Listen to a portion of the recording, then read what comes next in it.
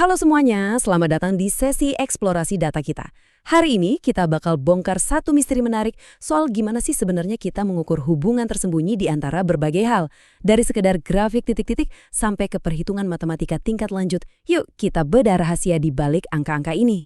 Pernah dengar klaim kayak makan coklat bikin tambah pintar atau kebiasaan tidur nentuin tingkat kesuksesan? Pertanyaannya, gimana cara kita ngebuktiin itu secara matematis? Maksudnya, beralih dari sekedar menebak-nebak, jadi ngasih bukti pasti kalau dua faktor, misalnya perilaku dan pola makan, itu beneran nyambung. Gimana kita bisa yakin itu? Nah, ini peta jalan kita hari ini. Kita mulai dari memvisualisasikan hubungan, terus mengukur trennya, membahas jebakan statistik yang sering nggak disadari, masuk ke transformasi Fisher, dan ditutup dengan gimana membangun kepercayaan pada data kita. Yuk, langsung aja kita mulai.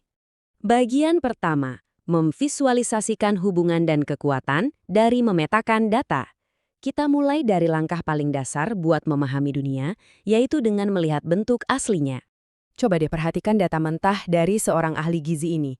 Dia mengukur asupan protein sama tingkat rasa lapar. Kalau cuma dilihat seperti ini aja, ya ini cuma deretan angka yang jujur aja kurang bermakna kan? Belum ada cerita apa-apa sampai kita benar-benar ngasih bentuk visual ke data ini.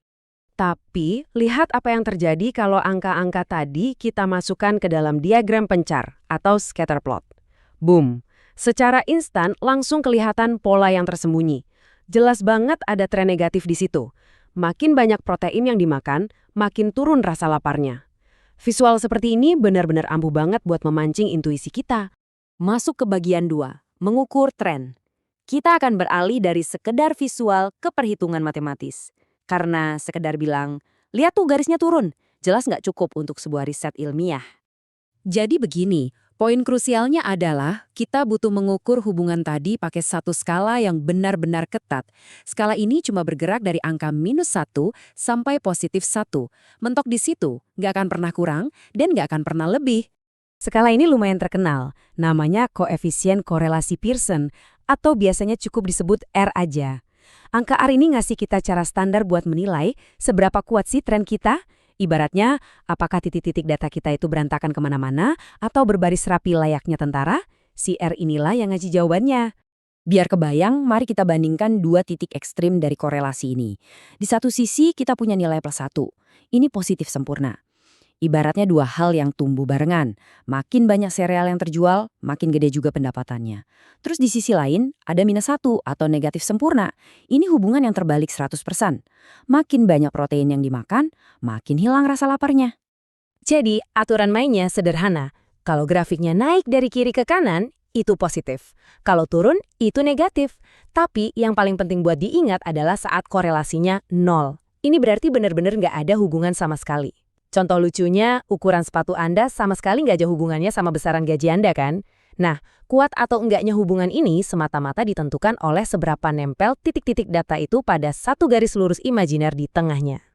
Lanjut ke bagian 3, jebakan statistik. Ini dia cacat tersembunyi di dalam perhitungan kita. Tepat pas kita pikir si R ini udah menyelesaikan semua misteri, kita malah menabrak jebakan besar. Gini, matematika standar itu sangat bergantung sama yang namanya distribusi normal. Bentuknya rapi, merata, kayak lonceng yang simetris. Tapi masalahnya, distribusi data untuk R kita ini tiba-tiba jadi sangat miring dan jomplang banget saat nilainya makin mendekati angka ekstrim, 1 atau -1. Coba deh, perhatikan kutipan dari sumber literatur kita ini. Kemiringan atau skewness inilah penjahat utama di cerita kita. Karena distribusinya miring, semua tes statistik standar dan estimasi kepercayaan kita praktis jadi nggak berguna. Kita nggak bisa lagi menghitung probabilitas dengan akurat kalau kurvanya udah cacat. Sederhananya, ini terjadi karena varians dari data kita menyusut tajam saat kita menabrak nilai ekstrim. Ironis banget kan? Justru pas hubungan antar variabel kita makin kuat dan jelas, matematikanya malah rusak berantakan. Ini jelas jadi masalah besar kalau kita mau mengklaim bahwa data kita itu valid. Untungnya masuk ke bagian 4.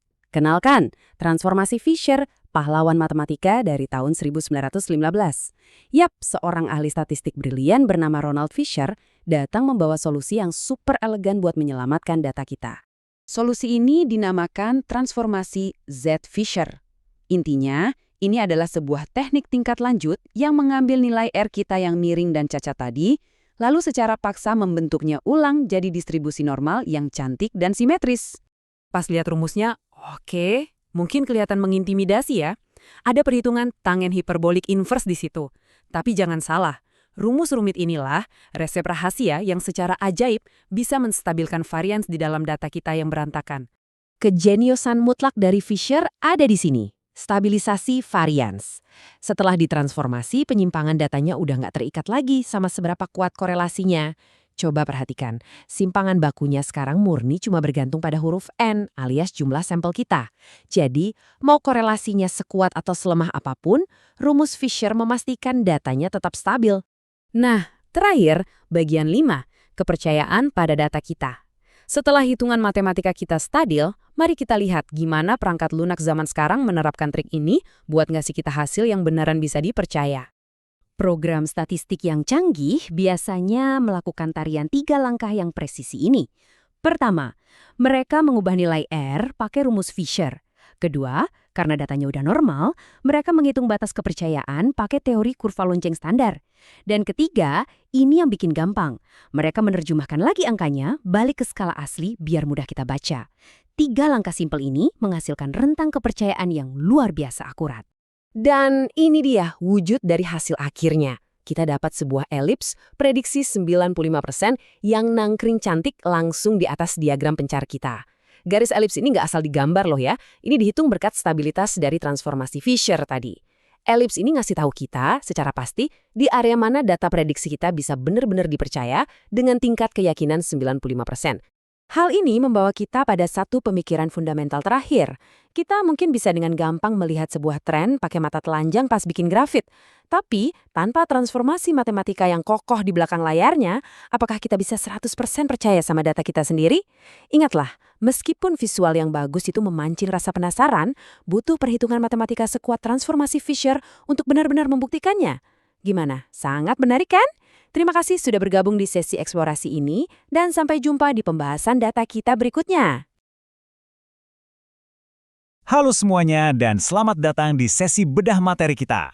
Jujur saya super bersemangat hari ini karena kita bakal masuk ke studio akademik virtual kita buat membongkar sesuatu yang sering saya sebut sebagai kotak alat detektif statistik. Pernah nggak sih kalian ngelihat dua hal di dunia nyata yang kayaknya saling terhubung, terus kalian mikir, ini kebetulan aja atau emang ada bukti matematis di belakangnya ya? Nah, itu dia yang bakal kita pecahkan hari ini. Kita akan ambil data mentah dan pakai rumus-rumus brilian untuk menginterogasi data itu sampai mereka akhirnya ngaku kebenarannya. Agenda kita hari ini simple tapi padat. Kita bakal ngebahas 5 alat utama, mulai dari uji hipotesis, analisis korelasi, lalu masuk ke transformasi Fisher-Z, koefisien determinasi, korelasi ganda dan parsial, dan terakhir kita tutup dengan signifikansi regresi. Oke, kita langsung aja masuk ke bagian pertama, uji hipotesis analisis korelasi. Nah, disinilah pondasi kita dibangun. Kalau kita nemu hubungan antar variabel, terus dapat nilai R atau koefisien korelasi, jujur aja itu baru pemanasan. Katakanlah kalian nemu hubungan yang kelihatannya kuat banget nih antara dua hal.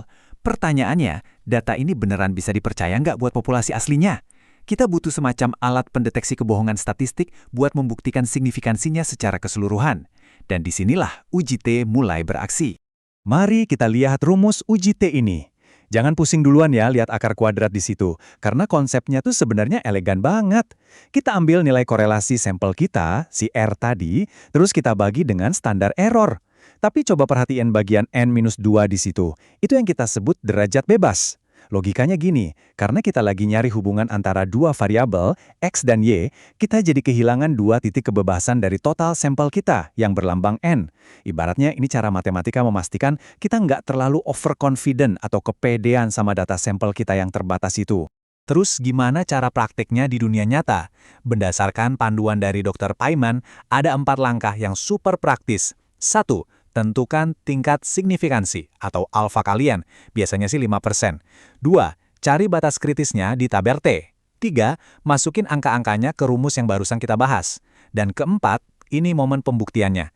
Kalau nilai mutlak T yang kalian hitung lebih besar atau sama dengan T-tabel, maka BAM! Kalian langsung tolak hipotesis nol. Artinya, kalian baru aja membuktikan secara sah kalau korelasi itu benar-benar ada. Sekarang kita masuk ke alat kedua di kotak detektif kita, transformasi Fisher-Z. Pernah kepikiran nggak, gimana kalau korelasi yang kalian temuin itu terlalu sempurna? Percaya atau nggak, ini justru bisa jadi masalah tersembunyi. Ketika nilai R kita nyaris banget menyentuh angka 1 atau -1, yang artinya hubungannya super kuat, distribusi datanya malah jadi sangat miring. Bayangin aja ada sebuah kurva lonceng yang didorong paksa sampai mentok ke salah satu sisi grafik. Kondisi ini tuh merusak interval kepercayaan standar kita, dan bikin uji signifikansi kita meleset. Untungnya, ada solusi cerdas buat ini, yaitu transformasi Fisher-Z. Dengan sedikit sentuhan magis dari logaritma natural dan inverse tangan hiperbolik, Fisher berhasil nemuin cara buat narik kurva yang miring tadi balik lagi ke tengah. Proses ini secara efektif menstabilkan varians dan mengembalikan kita ke zona aman distribusi normal yang rapi. Jadi detektif data kayak kita bisa tetap kerja dengan akurat walaupun lagi ngadepin kondisi data yang ekstrim sekalipun. Lanjut ya, kita ke bagian ketiga, koefisien determinasi atau yang sering banget kita sebut sebagai R-square. Setelah kita berhasil memastikan kalau sebuah hubungan itu valid, sekarang kita naik level. Kita nggak cuma pengen tahu apakah ada hubungan, tapi seberapa besar sih dampak yang dikasih? Saya pribadi suka banget nyebut R-square ini sebagai diagram pi porsi tanggung jawab. Bayangin R-square ini sebagai persentase dari satu loyang pi utuh. Metrik ini secara harafiah mengukur seberapa besar proporsi perubahan di variabel dependen kalian yang benar-benar bisa dijelaskan oleh variabel independennya. Jadi kalau data kalian naik turun, R-square ngasih tahu seberapa besar fluktuasi itu murni karena faktor yang lagi kalian teliti dan bukan cuma karena kebetulan. Tapi tentu aja, angka doang tanpa konteks itu nggak ada bunyinya. Nah, patokan emas di dunia akademik tuh biasanya merujuk ke Hare dan kawan-kawan dari tahun 2011. Mereka ngasih pedoman yang gampang banget diingat. Kalau R-square kalian dapat 0,75, itu kuat banget, pengaruh variabel kalian sangat dominan. Kalau di angka 0,50, itu moderat atau lumayan lah. Nah, kalau cuma 0,25, itu lemah. Artinya, kalian harus sadar kalau ada banyak banget faktor lain di luar sana yang sebenarnya lagi pegang kendali. Yang akhirnya membawa kita ke satu pertanyaan yang sangat kritis. Di dunia nyata, data itu nggak pernah sesederhana A bikin B terjadi kan? Gimana kalau ternyata ada variabel ketiga yang diam-diam ikut campur dan ngacak-ngacak hubungan yang lagi kita amati? Di titik inilah fase interogasi kita jadi jauh lebih intens. Ini mengantar kita ke bagian keempat, korelasi ganda dan parsial. Selamat datang di Realita Data Multivariabel. Mari kita perjelas bedanya dua hal ini. Korelasi ganda yang biasanya pakai huruf R kapital itu ibarat kalian masukin semua persangka ke dalam satu ruangan. Kalian mau lihat gimana semua variabel independen ini kerja bareng sebagai satu tim buat memengaruhi si target. Sebaliknya, korelasi parsial itu ibarat kalian ngusir orang ketiga dari ruangan. Kalian mengunci satu variabel agar tetap konstan, kayak di pos gitu, supaya kalian bisa fokus melihat hubungan murni yang terisolasi antara dua variabel yang tersisa. Ini taktik yang sangat brilian buat nemuin siapa dalang sebenarnya. Nah, karena kita udah mulai mengelola banyak variabel secara bersamaan, kita otomatis melangkah masuk ke ranah analisis regresi linier berganda. Model kita jadi jauh lebih komprehensif, dan buat ngebuktinya, kita butuh satu tes terakhir yang benar-benar kuat. Dan alat pamungkas kita di bagian kelima adalah signifikansi regresi melalui uji F. Kalau uji T di awal tadi kerjanya menginterogasi variabel satu per satu, uji F ini langsung mengevaluasi seluruh kelompok sekaligus. Pertanyaannya, apakah model rumit yang baru aja kita bangun ini secara keseluruhan beneran berguna? Banyak orang langsung keringat dingin lihat tabel ANOVA kayak gini. Tapi yuk kita bedah bareng-bareng. Fokus aja ke kolom paling kanan. Nilai F itu pada dasarnya cuma sebuah rasio perbandingan. Kita cuma ngebagi kuadrat tengah regresi, yaitu seberapa pintar model kita menjelaskan data, dengan kuadrat tengah galat atau sisaan yang melambangkan variasi yang nggak bisa dijelaskan model. Makin besar kemampuan regresi kita ngejelasin data dibanding galatnya, ya makin besar juga nilai F kita. Udah, sesimpel itu. Lewat bahasa yang lebih santai, UJV ini ngejawab apakah semua variabel independen kita ini, kalau digabungin jadi satu, punya efek bareng-bareng yang signifikan? Hipotesis nolnya selalu berasumsi kalau semua koefisien kita itu nol, alias nggak ada yang ngaruh sama sekali. Tapi kalau F hitung kita keluar dan angkanya lebih besar dari F tabel, wah kita berhasil mematahkan asumsi itu. Kita sukses membuktikan secara simultan kalau model kita punya kekuatan yang nyata buat menjelaskan realita. Jadi begitulah kita udah berhasil ngebongkar isi kotak alat detektif statistik kita hari ini. Dari langkah awal uji T dengan derajat bebas N-2, ngakalin data super miring pakai Fisher Z, ngukur porsi dampak pakai R-square, ngebersihin gangguan pihak ketiga lewat korelasi parsial, sampai mengevaluasi seluruh modal secara elegan pakai uji F. Nah sekarang pertanyaannya buat kalian. Dengan semua alat bedah canggih ini di tangan kalian, kira-kira rahasia dan kebenaran apa yang lagi nunggu buat kalian ungkap dari data kalian sendiri? Terima kasih udah ikut seru-seruan di sesi bedah materi ini, tetaplah penasaran sama data kalian dan sampai ketemu di pembahasan seru selanjutnya.